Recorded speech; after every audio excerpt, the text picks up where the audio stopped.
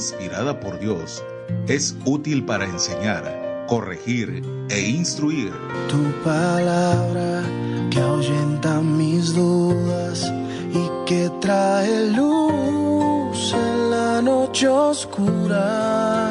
Bienvenidos a Palabra de Vida. Palabra de Vida. Un programa que nos hace reflexionar sobre nuestros motivos y actitudes. Nos revela lo que hay realmente en nuestro corazón y en nuestra mente. A partir de este momento, queda en la palabra Julián Covarrubias e invitados. Tu palabra que se lleva la desesperanza. Tu palabra que aunque pase en el cielo y la tierra nunca pasará. Tu palabra que nunca regresará vacía. Tu palabra es mi alimento, mi delicia, cuánto amo yo tu palabra. Hola, muy buenas noches. Todos ya estamos reunidos, todos ya tenemos este momentito especial. Seguramente ya tiene su cafecito ahí, su té, de alguna otra manera, en alguna parte de la ciudad que nos está escuchando, o en algún lugar, alguna combi, algún taxi, algún autobús. Seguramente 105.1 Radio Vida ya está conectado con usted y usted está conectado con Radio Vida. Le doy la más cordial bienvenida a este su espacio, Palabra de Vida. Mi nombre es Julián Covarrubias Martínez. Le doy de verdad la más sincera bienvenida también a los amigos de las plataformas diferentes digitales en las cuales ya estamos para desarrollar una temática nueva como cada lunes, y como cada lunes habitualmente también tengo a mi compañero y hermano Miguel Ángel. Hola, muy buenas noches, Radio Escuchas. Otra vez un placer estar con ustedes. Dios los bendiga y a ver qué Dios nos tiene preparado con este tema. Quédense, va a estar muy bueno. Aquellos que desconocen un poco el contexto de las iglesias evangélicas les puede interesar también, ¿no? Y si tienen alguna duda de asistir a una o por algún tipo de teléfono descompuesto que han escuchado, mira, no asistas a una iglesia evangélica porque tiene este tipo de problemas. Vamos a tratar dentro de lo que cabe de atender cada uno de los puntos, ¿no? Y pues disfruten este su programa y vamos a darle. Bueno, la temática sí, de manera general, se llama los límites religiosos. Nosotros no vamos a sí o sí convivir con la religión. Nos guste o no nos guste, es parte de nuestra existencia. Un mundo, ya vimos la otra vez un tema que vimos, que un mundo sin religión no se puede. No se puede, porque el ser humano es incorregiblemente religioso. Tiene la religión en el ADN, ¿sí? El hecho de ligar enseñanzas, creencias espirituales para poder vivir mejor. Creo que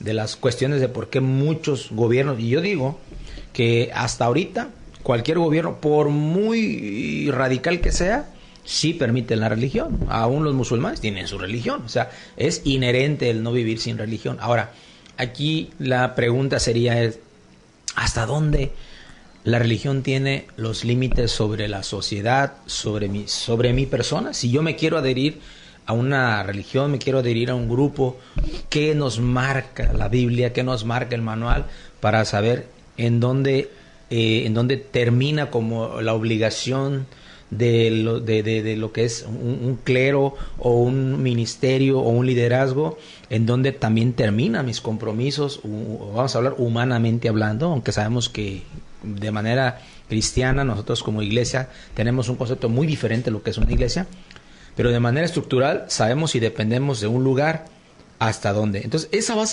ser la dinámica. Estoy completamente seguro que este tema no es nuevo. Estuve dando unos vistazos del Antiguo Testamento. Creo que ya había ciertos abusos. ¿Y cómo puede haber esa relación? Aquí vamos a tocar quizá un tema de la semana pasada.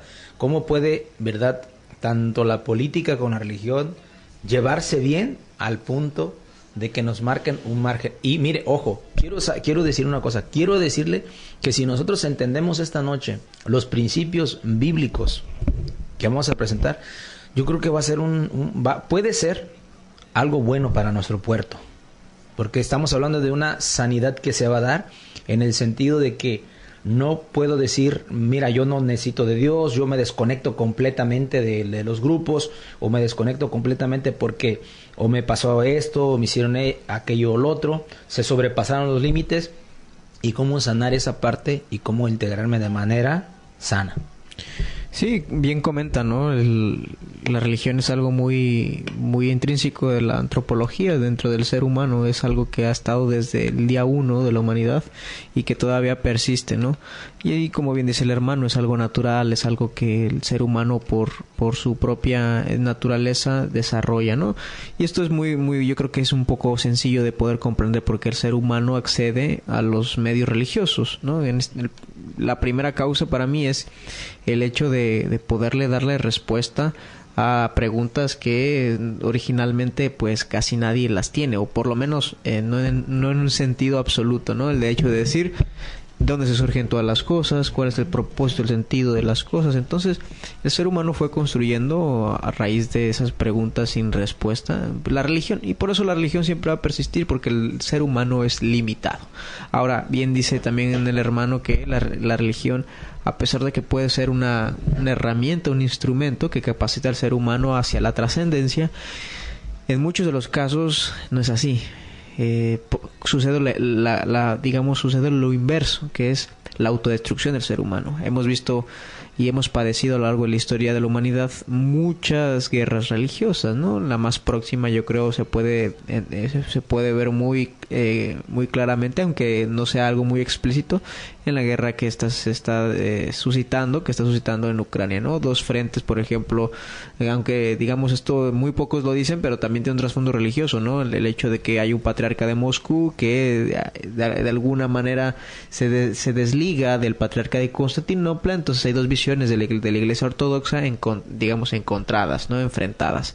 Y si vamos a la historia, pues podemos ver las cruzadas, podemos ver las miles de batallas entre los musulmanes y los cristianos, ¿no? Entre el imperio sacro germánico con los musulmanes, y podemos nosotros, incluso los protestantes, con los católicos. Entonces esto es de larga data, es una lucha sin cuartel, pero desgraciadamente esto y lamentablemente ha causado que se manche el nombre de Jesucristo, ¿no? Y es lo que tratamos de hacer, y lo que vamos a tratar de hacer, ver cuáles son esos límites de alguna manera para resguardar y para proteger la integridad de la persona, ¿no? Por ejemplo, se ha escuchado testimonios, donde se ha escuchado bastantes testimonios, cuando las personas, por ejemplo, se mezcla un poquito el poder político, religioso, y cuando las personas, la persona que, yo digo aquí, vamos a poner un ejemplo de cómo se puede lograr un abuso y de algo que no se puede comprobar. Por ejemplo, imagínate qué peligroso un soldado, hermano. Imagínate un soldado que tú le dices, ¿sabes qué? Tú pelea por la patria. Es una cosa es pelear por la patria, que, de ejemplo, nosotros nos invada otro país y nosotros decimos, vamos a defendernos porque nos vienen a conquistar. Es injusto, tenemos derecho a pelear por nuestra libertad, por nuestra autonomía, todo eso. Ok, es una cosa.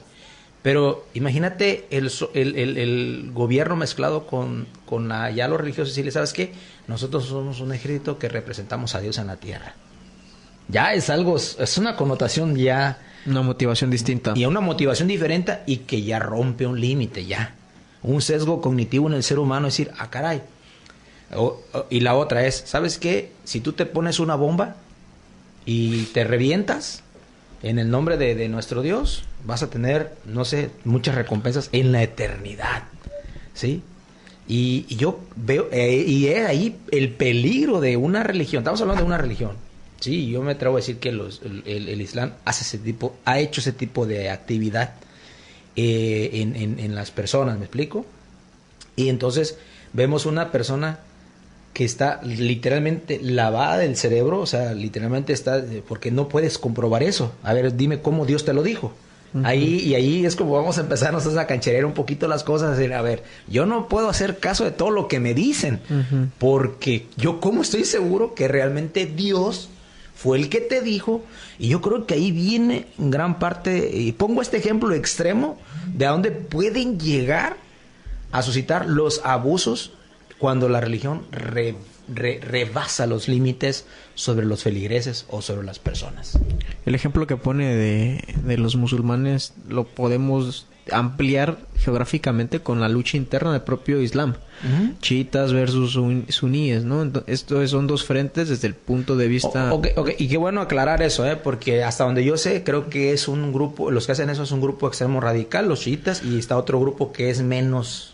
hasta donde yo sé, ¿no? Sí, son dos grupos al final enfrentados, ¿no? Donde que por un lado defienden una escuela del Jabaní y por otro lado pues defienden la digamos la percepción, la interpretación del Islam chiita, ¿no? Esto tiene que ver obviamente con una disputa religiosa interna, pero el caso es muy importante porque podemos ver que dentro del propio seno de la religión puede haber estas erosiones, ¿no? Y estas luchas internas, al grado de que una de las guerras que en cierta manera está pausada, ¿no? Como es en el frente de Gaza, ¿no? Podemos ver esa disputa, ¿no? De un lado el Hezbollah, que es un grupo abiertamente apoyado por un país de convicción chiita, y también vemos en cierta manera también una oposición y paradójicamente una alianza, ¿no? Entre Israel y los países árabes suníes, ¿no? De hecho, por ahí hace unos 8 años hubo un pacto llamado el Pacto de Abraham, donde había una coalición, ¿no? De países árabes y de países de Medio Oriente, donde había cierto pacto de paz, ¿no? Pero regresando un poco a eso, es inevitable, ¿no? Que a través del discurso religioso se mueva masas. Okay. Y es que el discurso religioso tiene efecto y está vigente. Alguna vez se pensó que el discurso religioso, por lo menos en Occidente, se había acabado, se había erosionado, ¿no? La realidad es que parece ser que ni siquiera en Occidente ha erosionado, porque vemos también la disputa, por ejemplo, como bien ponía el ejemplo, ¿no? de Ucrania, donde hay dos frentes que se supone que es un lado occidental, el otro lado euro-occidental o asia-occidental, si lo queremos ver a Rusia, donde hay también disputa religiosa. Entonces no ha acabado esto porque el discurso religioso es efectivo. Porque ¿a quién no le gustaría pelear por la trascendencia? Ok, exactamente. Y creo que ahí es donde el ser humano, es donde está la vulnerabilidad del ser humano, porque el ser humano nace con ese sentido de trascendencia. Dice Eclesiastés que Dios puso, y todo lo hizo hermoso en su tiempo, y puso en el corazón del hombre eternidad. Es el ser humano, el ser humano sabe que hay una trascendencia en la eternidad. Ahora, si te dicen, ¿sabes qué? Ese Dios que tiene la eternidad, yo lo conozco más que tú. O más bien, ese Dios me conoce y me manda. Sí, y yo ¿sabes qué? Yo tengo mucha conexión con ese Dios, y ese Dios me dice que hagas esto. Y ahí la persona es desarmada porque a lo mejor no tiene mucho tiempo en el grupo, no tiene mucho tiempo en la religión. Y quiero decir que este tipo de cosas pasan en muchos grupos. No a ese extremo. Yo quise poner un caso extremo porque para que sepamos hasta dónde puede llegar el ser humano a matar en el nombre de Dios. Y que bíblicamente tenemos un ejemplo en la Biblia que es San Pablo. Por ahí de los años que serán del 2006 al 2012, cuando crece esta organización terrorista llamada ISIS, una forma de propaganda era precisamente por medio de los medios de comunicación. Y sorprendentemente una de los semilleros de este grupo extremista eran jóvenes europeos. Y eso hablaba de una reconfiguración de Europa, ¿no? Donde el cristianismo se había casi erosionado, había sido socavado, pero lamentablemente los jóvenes, a la ausencia de religión, agarraban estos conceptos extremistas, y muchos de sus semilleros de estos grupos extremistas de ISIS eran precisamente europeos. Okay. Entonces vemos aquí, número 1, el ser humano es trascendente.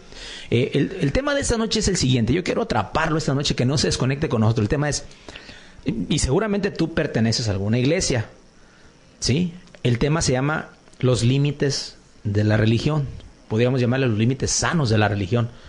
Y seguramente tú perteneces a algún grupo, alguna célula, algún grupo X, aunque sea que mencionen a Dios o como sea.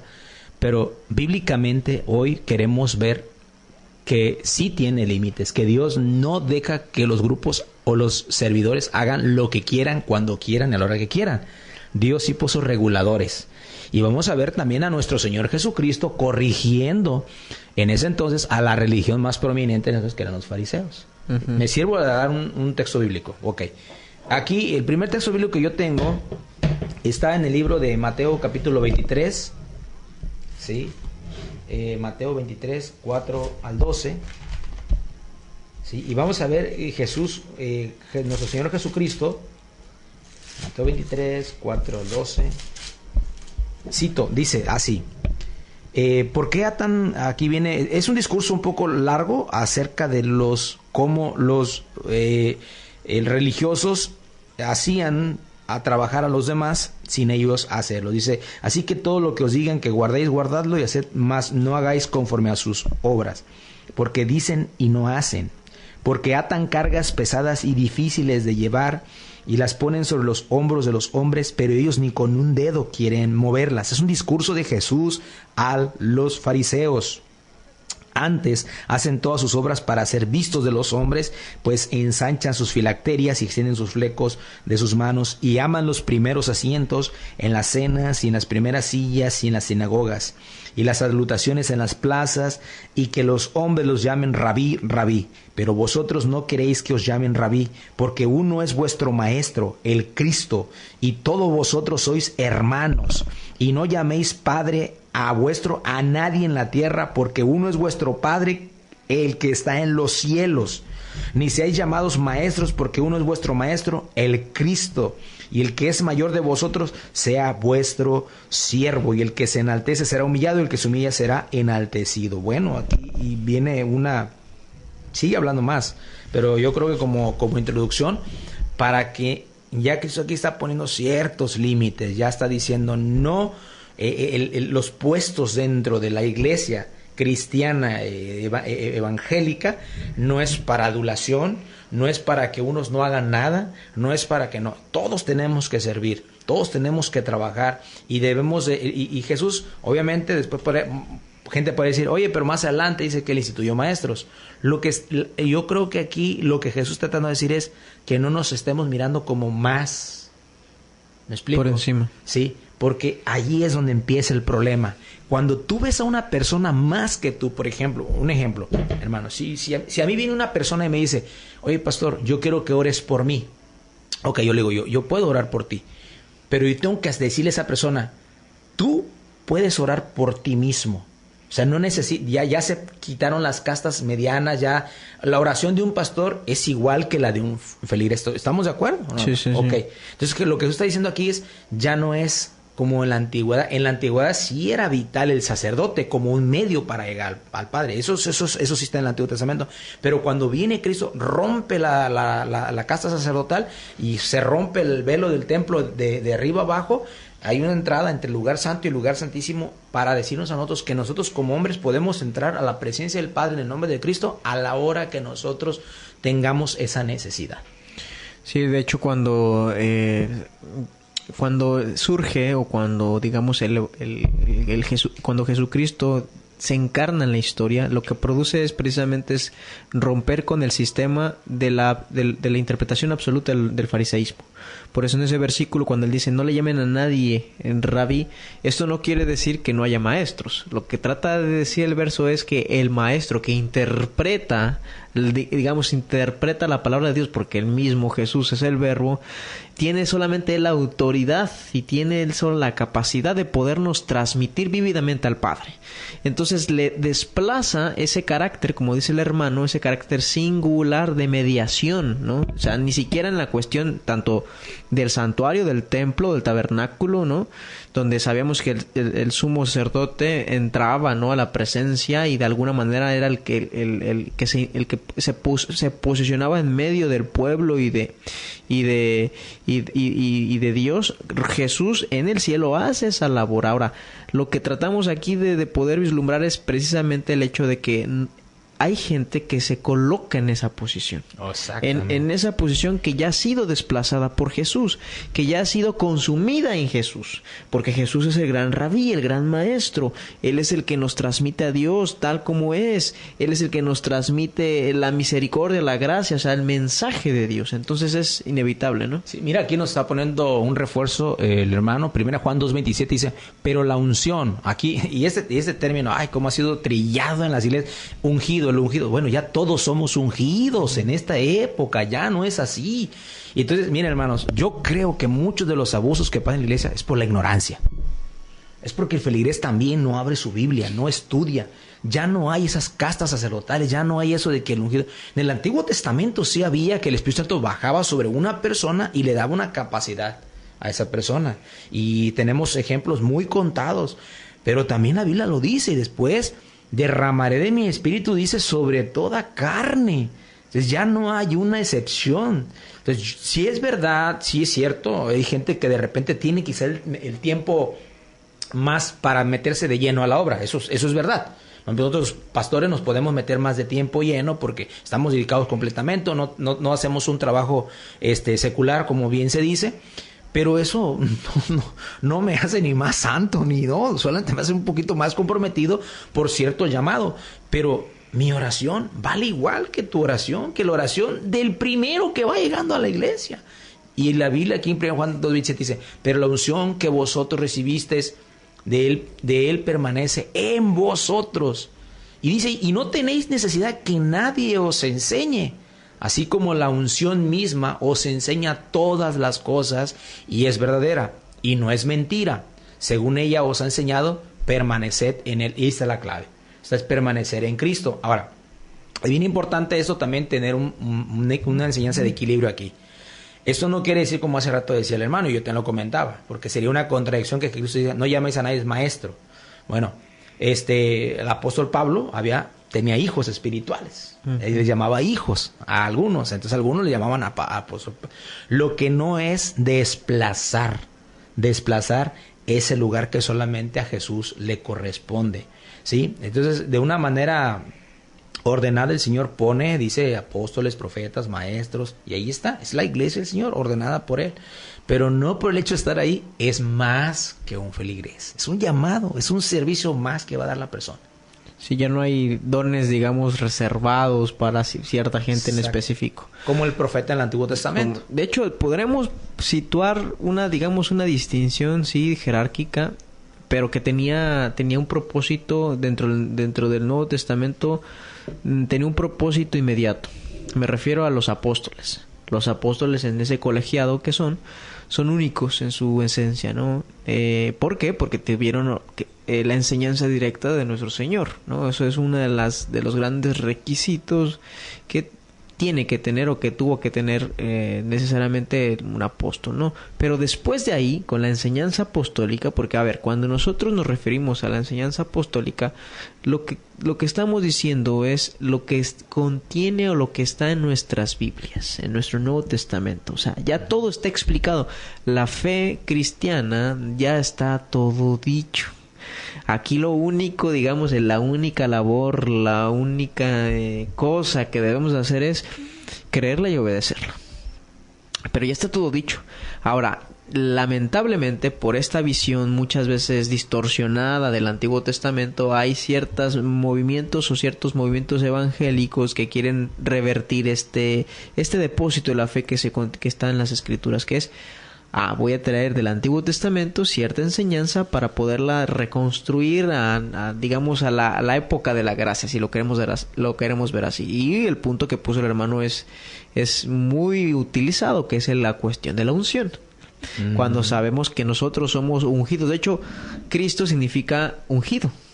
Christus, ¿no? O sea, al final es el elegido, el ungido, y nosotros somos ungidos, somos cristianos, ¿no? Entonces, en ese sentido, no hay una unción distinta entre, digamos, un pastor, como bien dice, un feligrés o un laico, como le quieran decir, porque se ha abierto precisamente ese velo, ¿no? Donde tenemos nosotros acceso directo a Dios, porque nosotros, y eso es algo muy interesante que también hace o señala la Biblia, ¿no?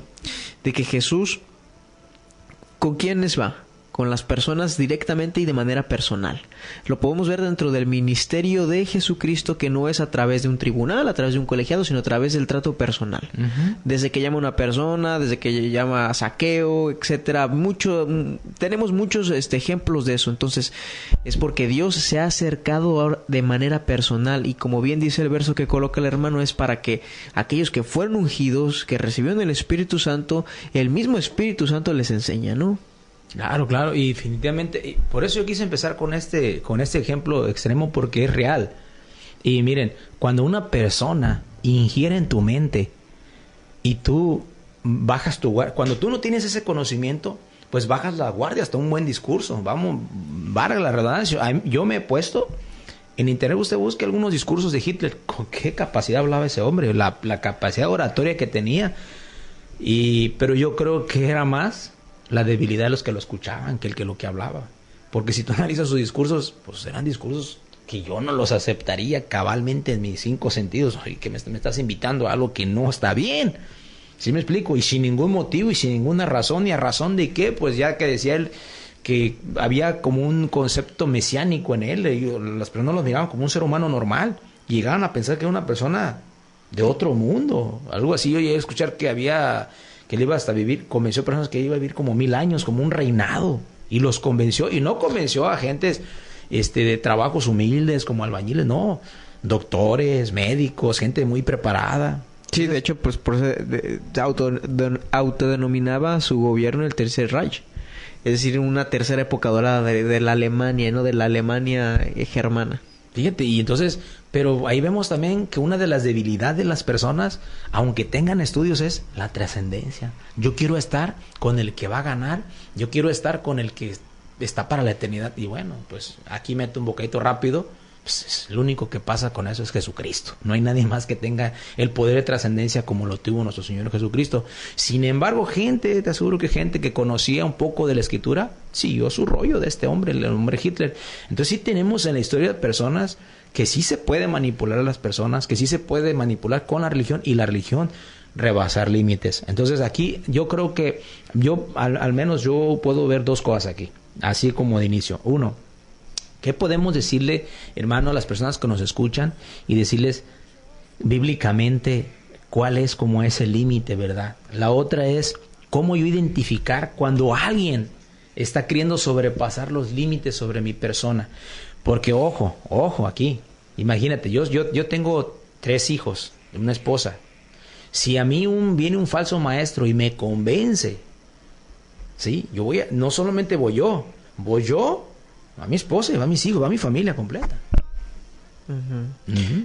Fíjese que para decir un dato muy perturbador, precisamente donde surge el nazismo era el país por excelencia donde surge el protestantismo. Y algunos pueden decir, híjole, ahí surge el protestante, entonces preguntarse por definición o por razonamiento lógico, no es de Dios. Pero ¿qué pasa? Que del lado de Italia surge también el fascismo. Okay. Entonces, ¿y ahí qué ejemplo nos podemos nosotros, o qué es lo que Dios nos puede enseñar en la historia?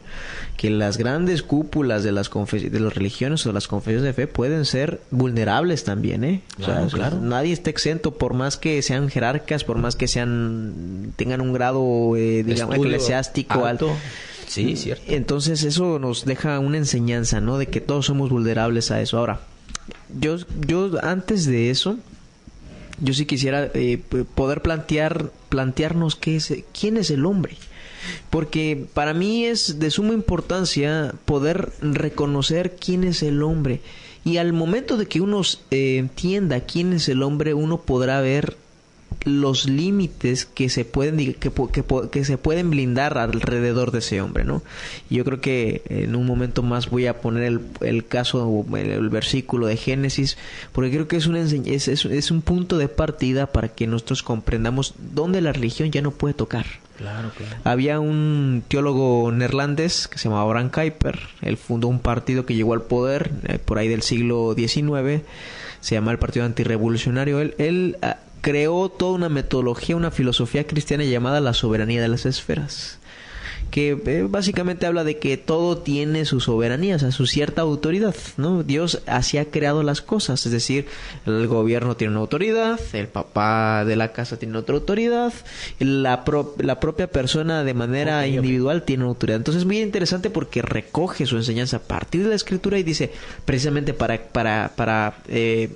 poner límites al Estado, poner límites incluso a la misma religión, ¿no? Entonces aquí es algo muy interesante que me gustaría desarrollarlo un poquito después, ¿no? Sí, fíjate que eso que estás comentando es bien importante porque, mira, por ejemplo, yo creo que la cuestión de los abusos no se puede detener, no se puede parar porque por cuestión de, vamos a llamarlo, aquí sí quiero mencionar, no quiero llamar jerarquías porque dentro de la iglesia cristiana no debe haber como ese grado de jerarquías, pero sí por grado de posiciones. Un ejemplo, yo lo veo de esta manera, así. Por ejemplo, en una iglesia hay un encargado, llámese sacerdote, llámese pastor, llámese motivador, como le quieras llamar. Ese hombre no va a hacer todo, obviamente ese hombre requiere de una estructura hacia abajo, gente capacitada que él pone, hasta donde él no puede, él no es Dios para ver todo lo que ocurre. Entonces puede ser que alguien de abajo de él cometa un abuso o haga algo que no está correcto dentro de la iglesia y que ha habido abusos, ¿sí? Entonces yo creo que lo que más daña es que la persona que está arriba, si no tiene el derecho dado a Cristo Jesús, no va a corregir. Uh-huh. Yo creo que lo mal visto por la sociedad ha sido la impunidad. Sí. La impunidad creo que es lo más dañino, porque la impunidad es como que yo hago como que no veo. A ver, si ocurrió algo dentro de tu iglesia, si ocurrió algo dentro de un movimiento, tú tienes que decirlo. Un ejemplo, yo tengo casa de restauración. Yo no puedo ver, yo estoy aquí. Pero puede ser que algún disciplino haga algo fuera de mi consentimiento.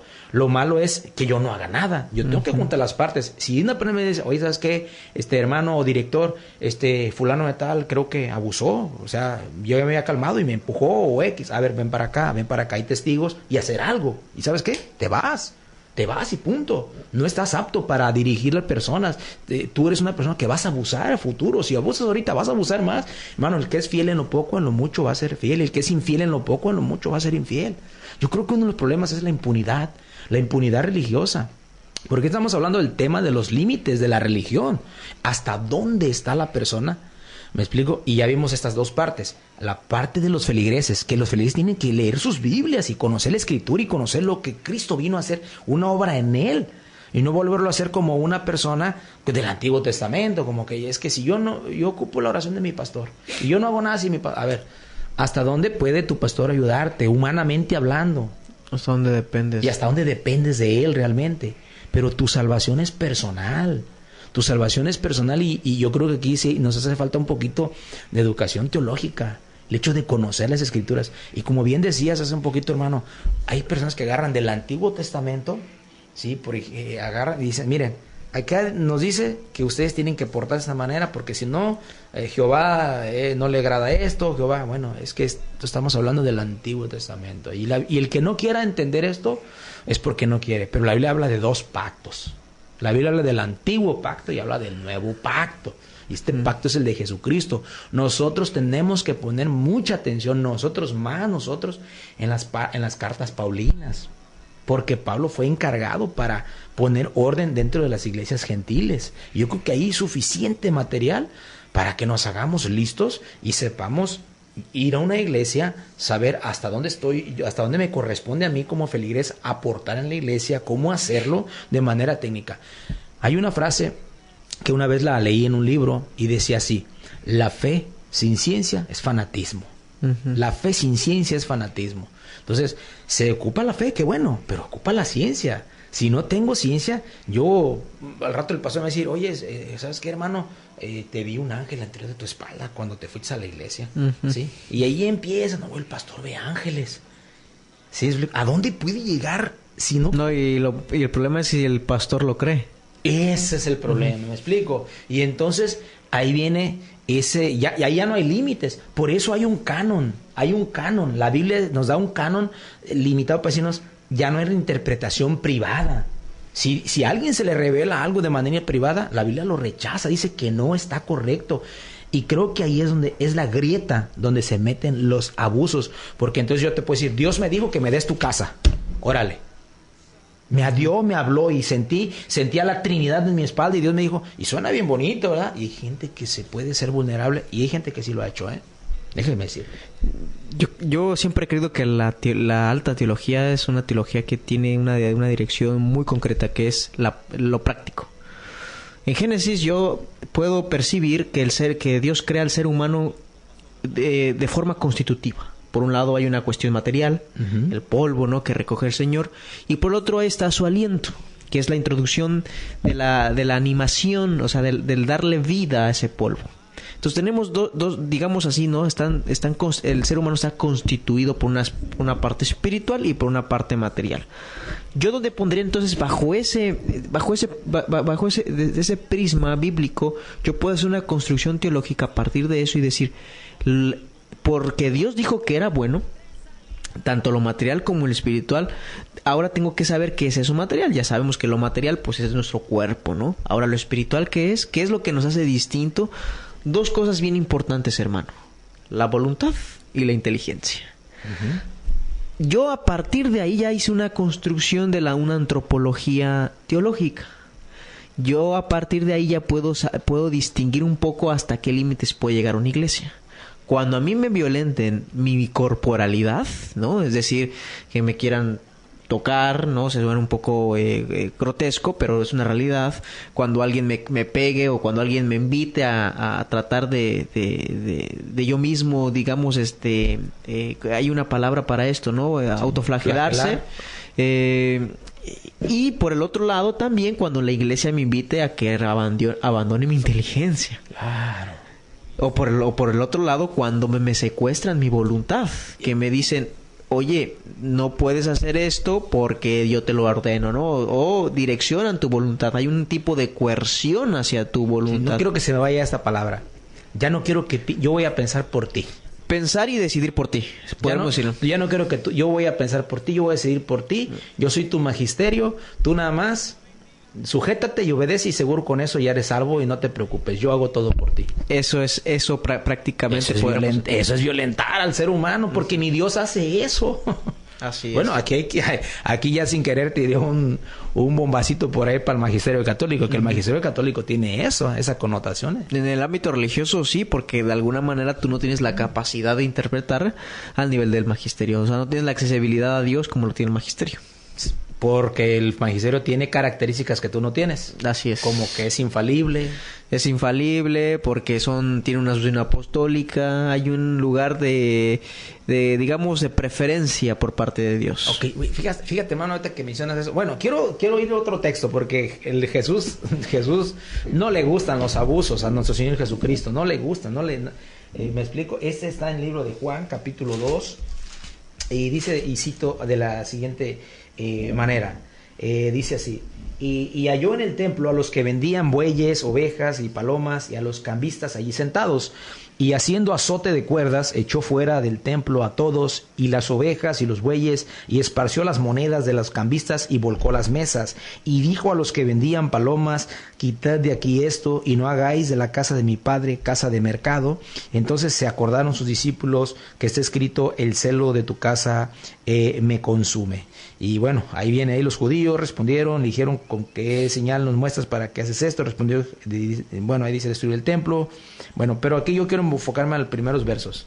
Vemos a un señor, a un maestro, al Rey de Reyes, a Jesucristo, incómodo, molesto. Uh-huh. Y yo creo que tiene que ver precisamente con el rebasar los límites. ¿Hasta dónde? La persona que está encargada de un lugar donde se adora a Dios tiene también sus límites. No puede hacer lo que quiere en un lugar, no se puede hacer lo que sea, no se puede hacer lo que yo quiero. Debe de haber límites. Uh-huh. Fíjese que una ocasión, una historia muy breve, yo asistí a una iglesia evangélica. No sé si ya usted, hermano, que sea un poco más, no sé si todavía no sé si todavía tiran gente por ahí. ¿Se acuerda que hubo que una modita, ¿no? De donde... Sí, todavía hay oleaditos por ahí. Bueno, recuerdo que es muy, muy orgánico eso. ¿A qué me refiero? Está muy bien organizado. Te ponen una hora de música que te lleva, digamos, al extremo de los sentidos, y después pasan a tratar de ellos, dicen, pues, a darte el Espíritu Santo. Yo no niego a lo mejor la experiencia de algunos, pero en mi caso fue de que si todos se tiran, yo también me tiro. Y eso habla de que uno se presta. Te predispones a tu inteligencia y a tu voluntad. Porque a lo mejor tú no te estás experimentando eso, y por el hecho de la presión, digamos, indirecta, ¿no?, de la congregación, pues uno también tiene que, porque si no, pues no va a cuadrar, ¿no? Creo que aquí podemos tirar un facto bien hermoso, hermanos. Y es el sentido de que, ¿por qué nosotros seguir la corriente uh-huh. de algo? ¿Por qué nosotros de repente, es que no quiero que hablen mal de la iglesia, o es que... Y si se fija, el modelo de Cristo no es así, el modelo de Pablo no es así. Vemos a un Pablo denunciando por ahí a un hombre que tenía a la esposa de su padre. Y Pablo dice, oyes, ¿qué pasa aquí? Y según la teología, según la hermenéutica, nos enseña de que las personas no querían disciplinar a esta familia porque aparentemente eran muy pudientes, daban buenas propinas en la iglesia, y nadie le quería llamar la atención a esta persona. Y entonces Pablo dice, eso se llama envanecimiento. Eso se llama envanecimiento. Y entonces Pablo dice, yo desde ese momento, entrego a Satanás a ese punto, ¿no? Sí, o sea, él puso mano dura. Sí. Pero fíjese, hermano, yo creo saber por qué las personas siguen la corriente. Y es que las personas le tienen miedo al rechazo. Porque si no se la corriente te desplazan. O sea, en cualquier círculo que tú te muevas, si no sigues la corriente, si no sigues las mayorías, te desplazan. Entonces la persona, como está ávida de aceptación, le tiene miedo al rechazo. Y es una de las causas por las cuales precisamente las iglesias embabucan a las conciencias, ¿no? Sí, en este tema estamos involucrando, nosotros ponemos ejemplos evangélicos porque nosotros venimos en una línea así. ¿Cómo es el dicho de que por el buen... Sí, pero ocurre en todas partes. No, sí, eso es en todas partes. Ocurre en todas partes, los abusos. Entonces, yo considero, ¿verdad?, que ese rato Ismael nos puso un texto muy claro ahí, muy puntual acerca de que en el Nuevo Testamento lo que yo debo de pedirle a Dios es la llenura de su Espíritu, porque la llenura del Espíritu es la que nos da la unción, esa unción que nos enseñará esa relación personal con Dios. Porque si yo, mira hermano, aquí es el asunto, mientras la persona no tenga un encuentro personal con Dios, dice un dicho católico que el que no conoce a Dios, a cualquier santo se le hinca. Entonces yo creo que aquí yo necesito tener una conexión con Dios sin medios. Yo necesito decirle al Señor, yo ocupo que tú entres en mi vida, entres en mi corazón. Creo que una persona que le gusta depender de alguien más y quedar bien con alguien más, pues siempre va a tener lavados de cerebro y va a ser una persona presta para el abuso de la religión. Ahora, ¿qué es lo peligroso y qué ha sido lo peligroso en nuestros tiempos? Lo peligroso es que sin darnos cuenta, hemos permitido que las instituciones puestas por mismo Dios sean abusadas. Y esto quiere decir así de la siguiente manera. Antes de la iglesia, la institución número 1 es la familia. Y la familia tiene lo que son el papá, la mamá, los hijos. Y si nos vamos desde el Antiguo Testamento y nos vamos al Nuevo Testamento, vamos a entender una cosa muy importante. Los encargados de tus hijos no son la iglesia, eres tú como padre y tú como madre. Pero si yo pretendo que la iglesia me organice una reunión de jóvenes, yo pretendo que mis hijos los eduque una persona que tiene un conocimiento de Dios, nada más porque pues conoce de Dios, y yo me voy a desentender en mi tarea, creo que ahí está el error. Y de repente pensamos que la iglesia va a venir a suplantar mis responsabilidades como persona, y no es así. Yo como padre tengo una responsabilidad de ver cómo están mis hijos, orar con ellos, leer con ellos, o sea, hay una responsabilidad. En este caso las mamás son las que recae un poquito esto, porque nosotros como varones pues, salimos, trabajamos, pero también nos damos el tiempo para ver cómo está el hijo. Eso no está en la responsabilidad ni del pastor ni de ningún líder de la iglesia. Es una organización de 2 horas, 3 horas, 4 horas a lo mucho en cualquier iglesia, pero el resto de la semana están conmigo, viven conmigo. Son parte de mi responsabilidad. Y en el Antiguo Testamento, en Deuteronomio 6, le decía a los padres, ustedes padres, hablen con sus hijos de esto, cuando anden en el camino, cuando se acuesten, cuando se levanten. No le da al sacerdote, le dice ustedes padres. Por eso Abraham Kuyper decía que la solemnidad de las esferas era una teología que despertaba y descubría el lugar de cada esfera, ¿no? La iglesia no puede tener funciones de padre de familia. Ni la escuela ni el Estado, o sea, la autoridad que existe del padre de familia sobre los suyos, por eso el caso que usted puso, un caso hipotético, pero sí, yo creo que alguna vez llegó a pasar el hecho de decir, dame tu casa, tu carro, porque pues Dios me lo ha dicho. Y eso es una afrenta contra la familia, porque precisamente el primer ministerio que tiene el hombre es con su familia, ¿no? O sea, y Dios lo deja muy en claro eso, porque si el hombre no es capaz de poder proveer eso en su primer ministerio, entonces ¿cómo le vamos a creer en la fe, no? Entonces ese es uno de los casos que Dios, digamos, se ocupa de esa situación. Yo quiero poner un claro ejemplo en la Biblia, donde había una polémica, ya lo hemos dicho muchas veces aquí, la cuestión de si circuncidar a los no judíos o no. Entonces la cuestión es de que había una secta increíblemente que se convirtió a Cristo, que era una secta que dice Hechos que era la secta de los fariseos. Estos fariseos que creyeron en Cristo querían imponer eso, ¿no? Y hubo una disputa. Pero ¿qué pasa? Que se levanta el apóstol Pedro y empieza entonces empieza a explicar de cómo Dios movió al pueblo judío precisamente para que pudieran las personas en el mundo entero o los gentiles poder creer en el evangelio. Por lo tanto, no era bueno, dijo el apóstol Pedro, que le pusiéramos a carga. Después se para Pedro y Silas, me parece, o Bernabé, no recuerdo bien, aquí lo tengo, pero para avanzar. Y explican cómo Dios se estaba moviendo en los no gentiles. Y el que se levanta con la cuestión tajante es el apóstol Santiago, que dijo, por lo tanto, yo considero que debemos dejar de ponerle trabas a los no judíos que se convierten a Dios. O sea, él mismo con esa mano dura, porque se cree que Santiago toma relevancia en el concilio de Jerusalén como el principal, ¿no? Dice, el problema es que le estamos poniendo trabas, y esto me recuerda mucho a lo que decía Jesús, ¿no? De que precisamente los fariseos estorbaban, ¿no? Aquellos que ni siquiera entran, y ¿no? ni dejan entrar. Cierto. Entonces, eso viene muy relacionado al caso de que hay personas o hay gente que desgraciadamente lo que provocan es imponerle cargas que el mismo Jesús dijo que ni siquiera ellos pueden hacer, y se las ponen a otras personas para que las hagan. Entonces eso es una cuestión de doble moral. Por eso yo soy en este caso muy riguroso al momento de que alguien me dice, es que tú debes de ser 100% santo y tú debes de dejarte del pecado, y hablan con una rigurosidad que es inalcanzable, por lo menos en Quisiera hacerte una pregunta, hermano. Entonces vamos aterrizando, porque el programa se nos ve rápido, porque está interesante el tema, muy interesante. Entonces, aquí la pregunta es, a ver, si yo voy a una iglesia, yo me congrego, y aquí quiero hablar, el tema es abierto para nuestra sociedad. Queremos que sea una sociedad inteligente, Lázaro Cárdenas, que es una iglesia, una sociedad pensante. Ok, yo voy con testigos de Jehová, yo voy con sacerdote, yo voy con pastor.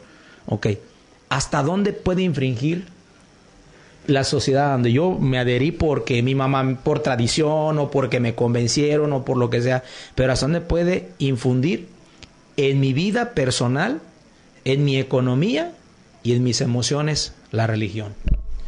¿Cuál sería como el límite? Decir, ¿sabes qué? Dios hasta aquí te lo permite, y de ahí para allá ya se llama abuso, ya se llama lavado de cerebro. ¿Cómo podríamos distinguir? Yo lo puedo distinguir, como lo había dicho, pero puedo resumir en la cuestión de la integridad del otro.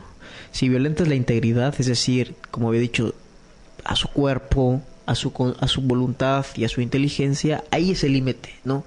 Ahora, ¿a qué me refiero con esto? Es que nadie te puede obligar a creer algo que no quieres creer, y que nadie puede engañarte para que creas lo que quieren, digamos, que creas, ¿no? Entonces, yo creo que los límites están muy claros, es no pasar por el límite, o el límite sería la dignidad de la persona humana, la dignidad del ser humano. Y habrá muchos casos en los cuales podamos nosotros atender uno por uno, pero yo creo que lo puntual es eso, que no violente su voluntad y que no violente su inteligencia. Un ejemplo, nosotros como iglesia tenemos un acuerdo. Nosotros decimos, el domingo pasó que tomamos un acuerdo. Se da un acuerdo, nos sentamos, pero no es a fuerzas. Sí. Siempre debe estar que tú estés dentro de tu capacidad como persona para poder hacer algo, y que sea dirigido por el Espíritu Santo.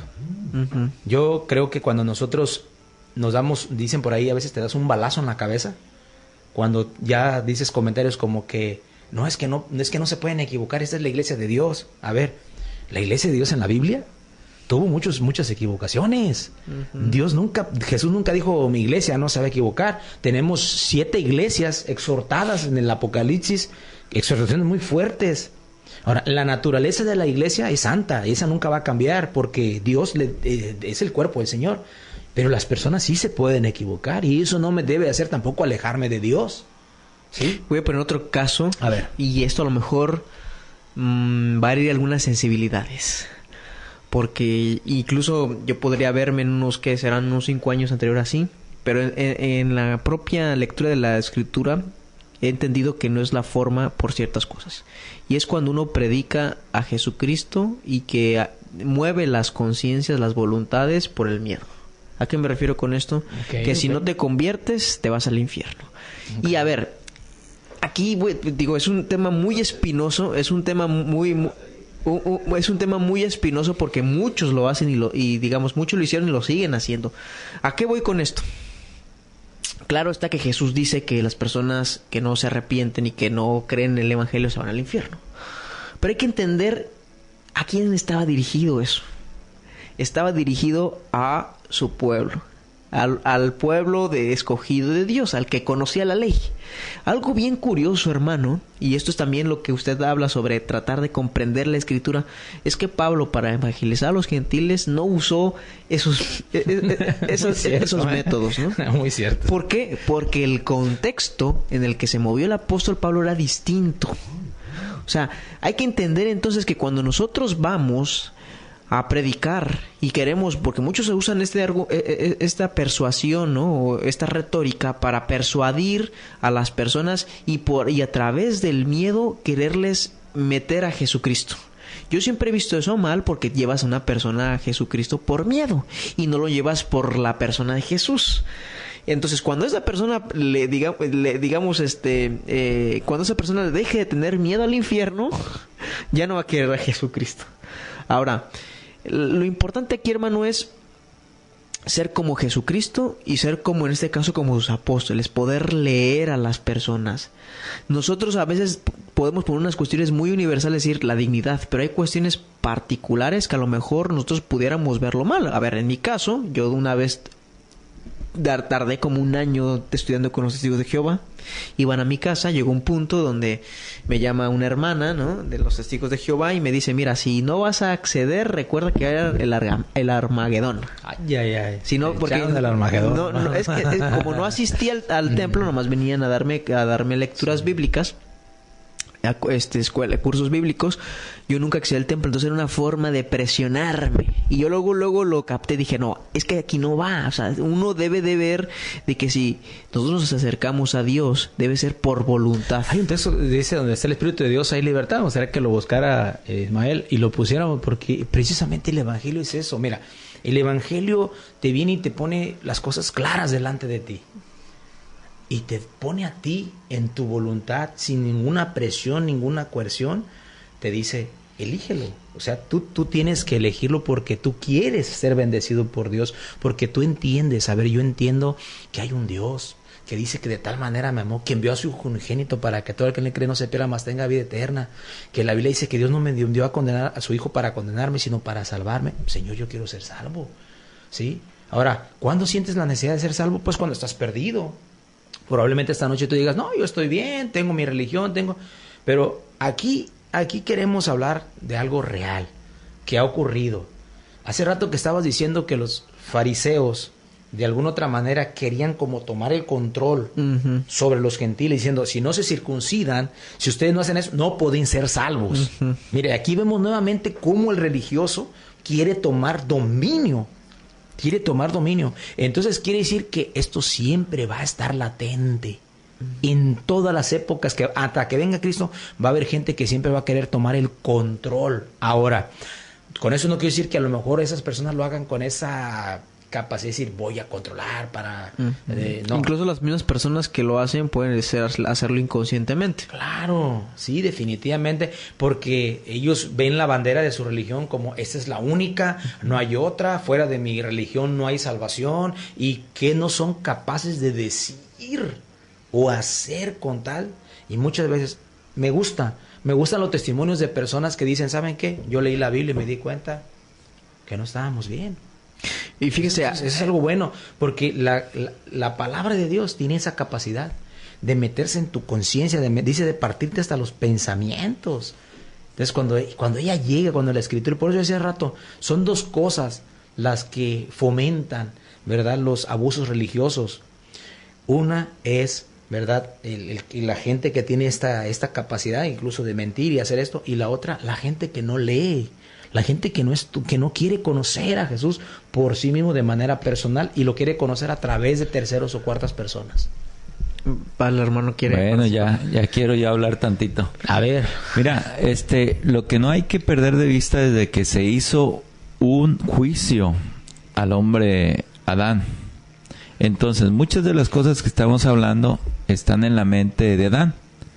O sea, estamos hablando en la carne. Muchas de las cosas que he estado escuchando, muchas de esas estamos hablando en la carne. No tiene nada que ver nada con el nuevo hombre. ¿Por qué? Porque nuestros pensamientos tienen que morir con el viejo hombre, muchas de las cosas como las concibimos. Entonces, el nuevo nacimiento te da una nueva mente, un nuevo corazón. Por ejemplo, decían, hay gente que provoca hasta que den su casa y eso. Oyes, Cristo en el Antiguo Testamento pasaba algo curioso. Dice que daban sus propiedades. Inclusive unos hombres quisieron ser buen vistos y fueron a llevarle a los pies de los apóstoles sus bienes y los querían engañar, querían pasar como personas pues muy espirituales y murieron, ¿verdad? Es Zafira, parece se llamaba, y Ananías Zafira, algo así, no recuerdo bien. Entonces, muchas de las cosas que estamos hablando es porque hay cosas que se han estado enseñando mal. Por ejemplo, la iglesia. La iglesia no es el edificio, nada tiene que ver, pero nos lo han estado enseñando mal. Entonces tú dices, vamos a la iglesia. ¿Qué onda? O sea, tú no vas a la iglesia. La iglesia es Cristo y está aquí. No es un lugar. Podríamos repetir miles de veces. Nada tiene que ver. Ese es un cuartito donde se va y se capacita la gente. Y ya.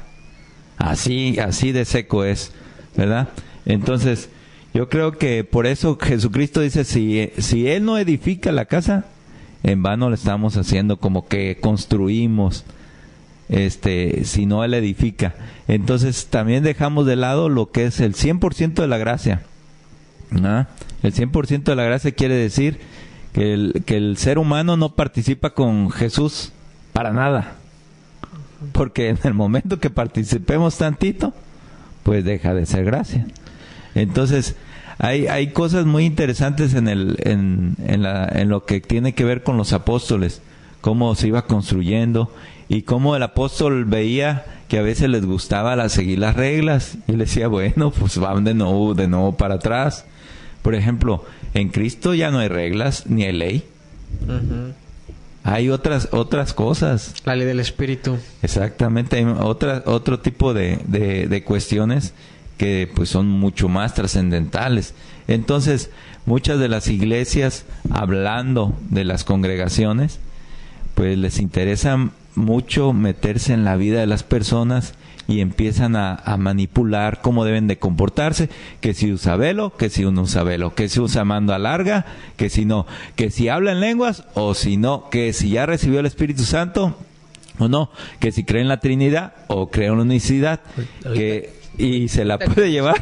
Sí, y ahorita fíjate que ahorita que larga la cosa. Ahorita que mencionas eso, Ismael, me gustaría que buscaras el texto donde dice, donde el Espíritu de Dios hay libertad. Ah, no está por ahí. Bueno, ahorita lo vamos a buscar por aquí. Ahorita lo encontramos. Pero ahorita que está diciendo Ismael, fíjate que a veces los seres humanos somos tan irreverentes. Estamos hablando de los abusos de la religión.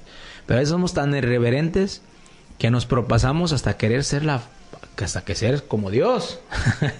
Queremos poner en lugar de Dios y ya como poner como reglas, como principios, cuando realmente en la iglesia del Señor sabemos que el crecimiento lo da Dios. Tú puedes, mira, yo puedo darle la enseñanza, la doctrina a una persona y yo puedo pensar, esa persona viene de otra ideología, otro pensamiento, pero yo no me voy a poner a debatir al punto hasta salir mal con él, porque yo nada más le voy a dar mi postulado, ¿verdad? ¿Te acuerdas cuando fuimos a platicar con Carla? Okay. Me acuerdo yo que Carla traía pues ahí un pensamiento, le dije, Carla, ¿me permitirías? Yo al menos soy así como persona. yo traigo algunos textos, tengo una tesis acerca del pensamiento que tienes, acerca del sábado, le compartí, y yo pude sentir una armonía donde estábamos sentados, o sea, no llegamos ni a una cerrazón, ni a una discusión, y simplemente yo le dije, permíteme desarrollarte mi tesis referente a la cuestión del Shabbat, y después tú elígelo, tú escógelo, si tú quieres seguir haciéndolo, no haciéndolo, etcétera. Y yo creo que eso es lo que podemos hacer, ¿sí? No hablar con absolutos, como diciendo, no, es que si no lo haces así, Dios te va a castigar. Y el que no está aquí, el que no guarda el sábado, todos se van a ir al infierno, ya ese tipo de cosas. Y miren que hay gente que lo escucha eso y no tienen nada de condición. Bueno, a ver qué es eso, ¿verdad? Y se adhieren. Y de hecho así de esa manera los adhieren. El problema es que una persona convencida, alguien más lo puede convencer de otra cosa. Pero yo les hago este cuestionamiento. ¿Ustedes cómo creen que se puede dar la Iglesia de Cristo donde todos tengamos un mismo sentir? A ver, ¿cómo podríamos llegar a tener un mismo sentir? No hay forma humana.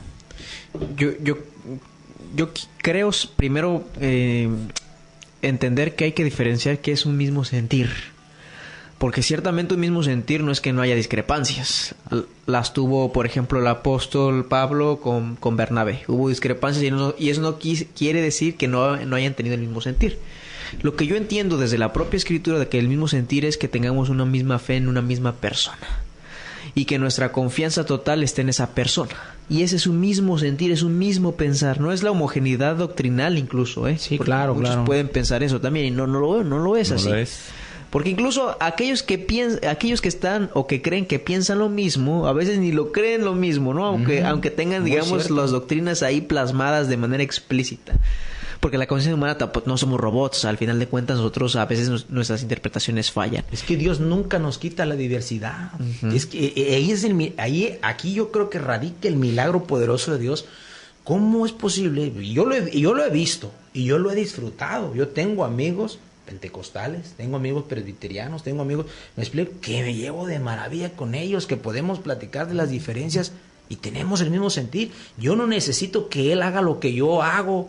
No, yo ni quiero que toda la gente esté de acuerdo conmigo realmente. Y fíjese que en la escritura dice, es cierto, que el apóstol Pablo llama a Juan Marcos.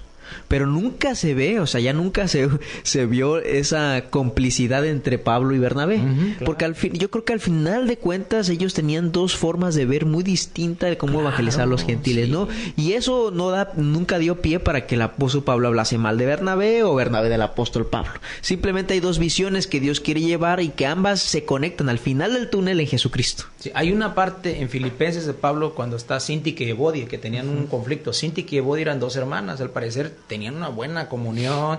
Dice Pablo, incluso están en el libro de la vida, lo menciona. Y en ese momento andaban de rencillosas las dos, ¿eh?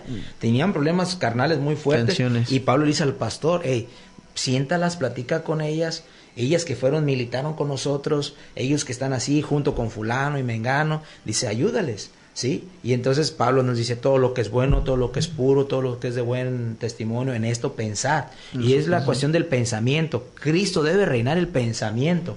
La manera en que yo adore al Señor, la manera en que yo lo concebí, porque yo lo puedo haber conocido en una iglesia pentecostal, yo lo puedo haber conocido en una iglesia metodista, no sé. Claro que las concepciones son diferentes porque vienen de credos. Cada una de esas denominaciones en sus tiempos defendieron ciertas cosas. Por ejemplo, los bautistas, sabemos que ellos se enfocaban en la cuestión del bautismo. Punto. Ellos no se enfocaron tanto en otras cuestiones como hoy en día, que ya está el evangelio puesto, que ya no hay tanta oposición como antes. Llegan algunos grupos, nacen y dicen, bueno, ya no hay enfoque, vamos a enfocarnos ¿en qué? En el velo. No, yo creo que es la trascendencia de la iglesia y de repente en qué época nació cierto movimiento. Y es la naturaleza del hombre de autosabotearse.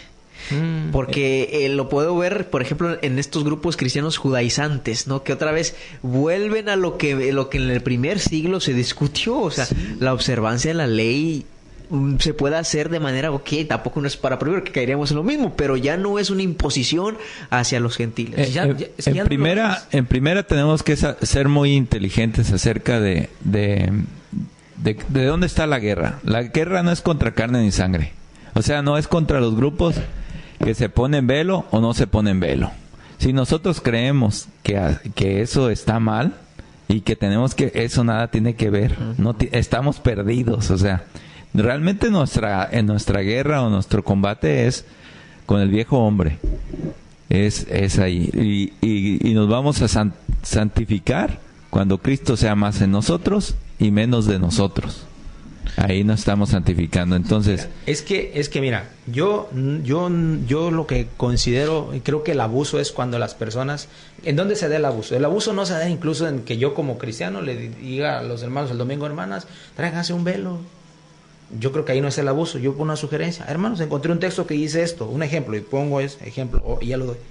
Yo creo que el abuso sería aquí cuando, hermanas, tuve un sueño y soñé que las que no usaban velo se quedaban en el arrebatamiento. Yo he escuchado ese tipo de cosas, ¿eh? O sea, yo lo que estoy hablando esta noche es con conocimiento de causa. Ese es el problema. Yo creo que ahí está el abuso. Yo creo que las personas debes de darle el mensaje y debes dejar que la persona pero eso está muy lejos de lo que es la iglesia. O sea, todo ese tipo de cosas se dan hasta en los partidos políticos, se dan en el trabajo. Entonces no son cosas de la iglesia, es cosa del hombre viejo, de la carnalidad. Entonces a veces queremos, por ejemplo, si te golpean en la iglesia, eso nada tiene que ver. La iglesia no te golpea, la iglesia es Cristo, Él no te golpea.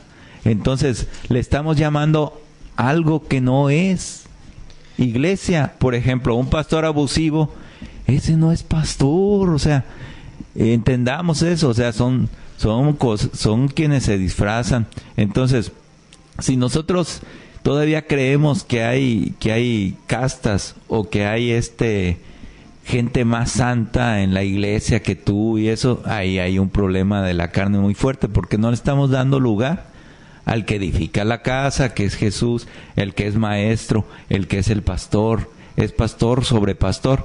Realmente, si tú eres pastor es porque tienes a Cristo y bien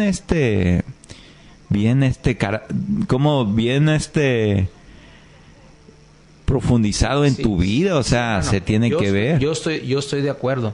Yo estoy completamente de acuerdo que una persona puede haber una infiltración, sí, y precisamente la temática es para eso, para detectar cuando las personas pueden cambiar.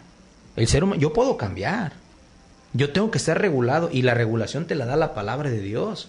O sea, yo sé, hay gente que empezó bien el evangelio y acabaron mal dentro de las mismas escrituras. A lo mejor nunca empezaron.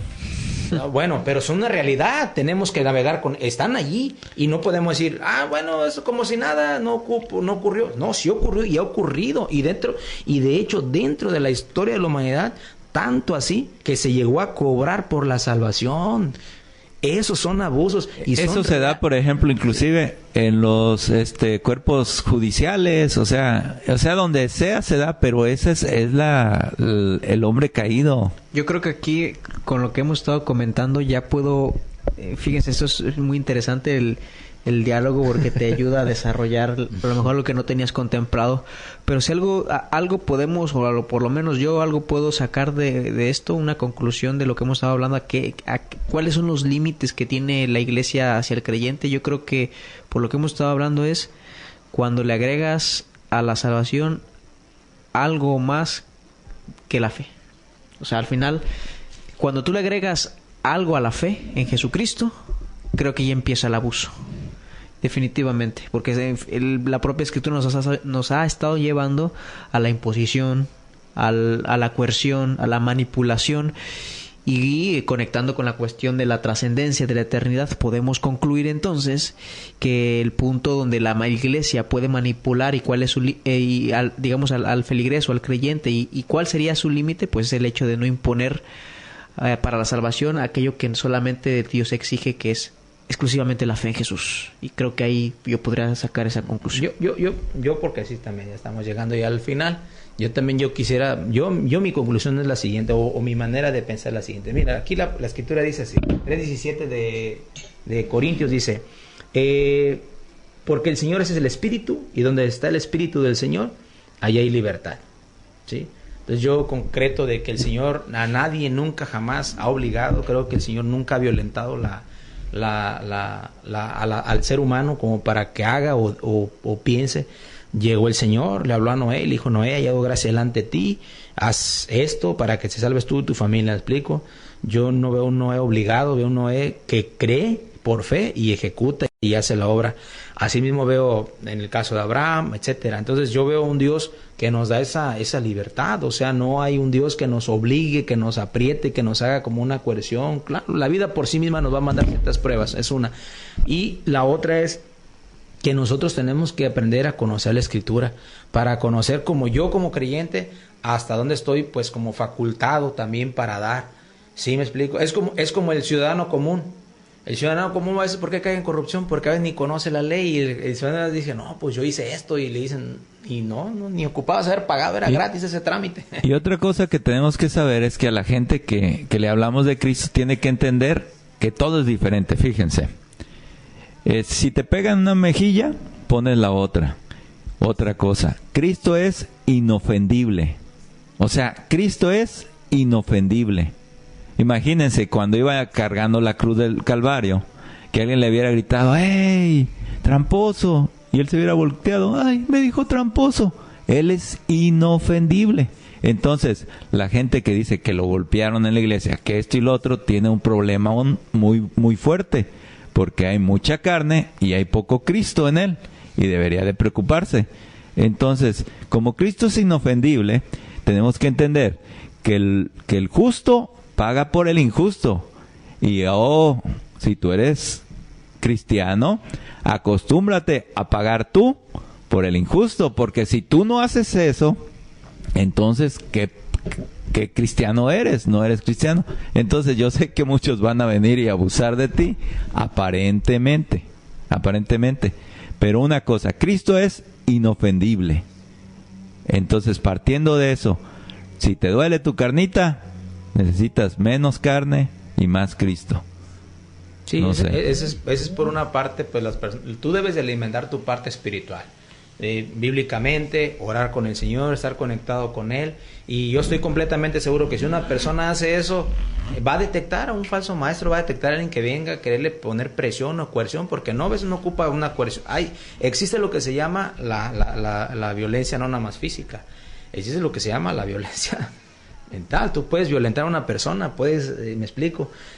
Vivimos en un mundo donde hay gente que sí tendrá esas intenciones, y bueno, mismo Cristo dijo: tengan cuidado con los falsos. O sea, realmente es una advertencia bíblica, no es algo que nos lo saquemos, ¿verdad? Y va a estar ahí. Tengan cuidado de los falsos maestros. Ahora el apóstol Pedro nos identifica: los falsos maestros son así, así, así, así. Lean la Biblia, escudriñen, y ustedes, y en el Espíritu de Dios, que esa llenura les va a dar, van a identificar. Y también ni ocupo ponerme a pelear con fulano, mengano. Simplemente, ¿sabes qué? Tu teología no me agrada, yo me hago a un lado, yo tengo que seguir haciendo la obra del Señor. Yo creo que no veo a Pablo poniéndose ahí con los atenienses, fuerzas, querer. Fíjense, está bien interesante lo que dices. O sea, no hay nada, ninguna escritura donde estén enojados contra los romanos. No, precisamente porque el Dios que tenemos nosotros es un Dios que tú llegas, presentas la verdad, y tú el juicio te lo deja a ti, el veredicto lo haces tú. Pero imagínate, pero hay personas que te crean mira, por ejemplo, y aquí va a venir el gobierno, porque la semana lo vimos la pasada. Pero ¿qué va a hacer el gobierno para que tú compras y vendes para él? Te va a crear una necesidad. Pero esa necesidad es creada a través de una coerción en la cabeza, en un lavado. Y ese es el problema. Y cuando nosotros vemos a los apóstoles no discuten con los atenienses. Ellos llegan, Pablo dice: al Dios no conocido, a ese les vengo a predicar, así, así, así. Y hubo creyentes, sí, no todos, pero hubo un grupo que sí creyeron. Entonces, tú da el mensaje y deja que la gente decida, que la gente diga: yo quiero a Cristo.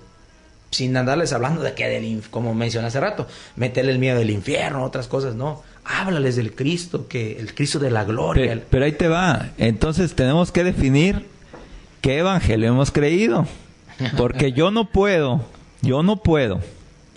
hablarle a alguien sin hablarle de la cruz. Y créeme, la cruz es para matar su carne. El infierno no lo va a vivir allá. Hoy, en esta momento, vida. sí. Por ejemplo, yo antes pensaba, oyes, cuando te mueres te vas al cielo. Oyes, si el cielo está... Cristo contiene al cielo, ¿sí o no? Entonces, ¿quién es el cielo? Es Cristo. O sea, cuando lo recibimos, Sí. ya Por eso entramos Pablo al decía- cielo. Por eso Pablo decía que estás sentado en lugares celestiales. Exactamente. Es que la concepción del evangelio, entonces hay que predicar esa concepción del evangelio y no llegar. Yo creo. Entonces es radical el evangelio. Ya nos pasamos a otro tema. Para no ¿verdad? entrar a otro tema, porque apenas te iba a decir, ese es otro tema. Ese es otro Pero para tema. no entrar ahí, fíjate que ahorita acabas de darme una luz de algo. Fíjate que el falso maestro carece de identidad, por eso recurre a la mentira, recurre a todo ese tipo de cosas, manipulación para convencerte. Pero la persona que tiene el Espíritu no ocupa, porque el Espíritu mismo se encarga. Tú predicas, ¿y qué dice la Biblia? Que el Espíritu es el que convence de pecado, justicia y juicio. Sí, y por eso yo tengo mucho temorcillo a los que dicen que son maestros. ¿Por qué? Porque después crean su escuelita y todo, y ahí les van dando poco a poquito, y les van enseñando para que oren por ellos, y luego tengan necesidades y los va y los visita, y se hace un círculo vicioso donde te hiciste ya gente dependiente de ti, del domingo, porque el domingo va a haber la revelación. De verdad, no te puedes quedar en tu casa, porque el domingo va a haber una revelación y le enseñan a estar pendientes. Y el domingo, si no vas, es pecado. Es pecado. Alimentan en el ser humano esa parte que el ser humano tiene, la parte de la trascendencia. Y la mejor forma de vender se llama el miedo. Sí, la parte de la trascendencia, vimos que el ser humano es víctima de eso, por eso cae en esto. El aspecto del no querer, no estar pertenecer a algo, el sentido de también de no verme mal, no verme como que no encajo, miedo al rechazo. el miedo al Oye, rechazo. y el servicio, fíjate, hace ratito escuché que el pastor tiene más tiempo para predicar, para leer. Oye, somos cartas leídas, todos por parejo, o sea, todos predicamos todo el día. Ok, cuando voy a la iglesia, cuando voy al trabajo, me desconvierto. Estoy predicando todo el día, o sea, oye, quisiera salirme de trabajo para dedicarle más tiempo a Dios. Mentira, eso, ¿quién nos lo enseñó? ¿Quién nos lo enseñó? Todo el tiempo somos carta leída. Entonces decimos, vamos a ir a predicar, a evangelizar. Como si fuera el evangelismo fuera un momento cuando dice Dios, hey, paren todo, estos chamacos ya van a ir a salir a evangelizar. No, o sea, hay cosas que nos han enseñado que no cuadran. Evangelizar, todo el tiempo evangelizas, ahí cuando vas a comprar las cosas, ¿verdad? Entonces, sí hay unos conceptos que tenemos que ir modificando.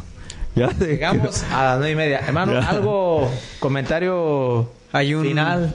Rápidamente, la Confesión de Westminster dice que en la Biblia se encuentra de manera clara y explícita todo aquello relacionado o concerniente a la salvación y a la conducta que glorifica a Dios. O sea, que no hay forma de no ver con claridad el mensaje de ser salvos y de conducirnos bajo el Espíritu. Yo quiero decir algo que el apóstol Pablo llegó a mencionar, y algunos otros apóstoles, y Cristo mismo, guardaos. Creo que la exhortación para nosotros, guardaos. Ahora, ¿guardaos en quién? En Él, en Cristo mismo. Yo creo que mientras tú no pierdas tu relación con Dios, te mantengas leyendo tus escrituras, te mantengas en esa relación desde la mañana, Señor, aquí está mi vida, mi familia. Yo creo que una persona, Jesús dijo que el que busca halla. Busca, y si le buscas de todo corazón, seguramente lo encontrarás, y tu familia, tú mismo estarás salvaguardado de todo esto que pues es real. Tenemos que lidiar con ello, tenemos que hablar de esas temáticas rasposas. Decíamos al principio que en sí la polémica no es tanto porque exista, sino la polémica es porque a veces nosotros como personas no queremos abordar y hablar de ese tipo de cosas. Existen, y que el Señor les bendiga. Mi nombre es Julián Covarrubias Martínez. Estuvo candente aquí, ¿verdad? La polémica. Así debe de ser. No tenemos que estar de acuerdo en todo lo que decimos. Tenemos que aprender a escucharnos con tolerancia, nuestras posturas, nuestras posiciones. Si tú tienes una confesión y tú en ella has encontrado ese resguardo en que te ha llevado Cristo, disfrútala, vívela y transforma y llévala a tu familia, pero nunca trates de obligar a los demás a que ellos hagan lo que tú crees o lo que tú piensas. Hay libertad en donde está el Espíritu de Dios. Saludos a todos aquellos que se conectaron, hermana Petri, hermana Herminia Duarte, hasta Reno, Nevada, saludos. Elvis Anda Guzmán, bendiciones. Un saludo a mi esposa, a Ubaldo, que se conectó también. Bueno, ya no alcancé a mandar, pero había varios aquí conectaditos. Ya no los alcancé a ver a todos. Que Dios les bendiga. Si Dios quiere, nos escuchamos el próximo lunes en otro quizá polémico live y polémico programa. Que Dios les bendiga. Gracias a nuestro hermano Ismael por sus aportaciones, los textos, todo para la honra y gloria de Dios. Si Dios quiere, nos escuchamos aquí mismo 105.1 FM Radio Vida. Bendiciones.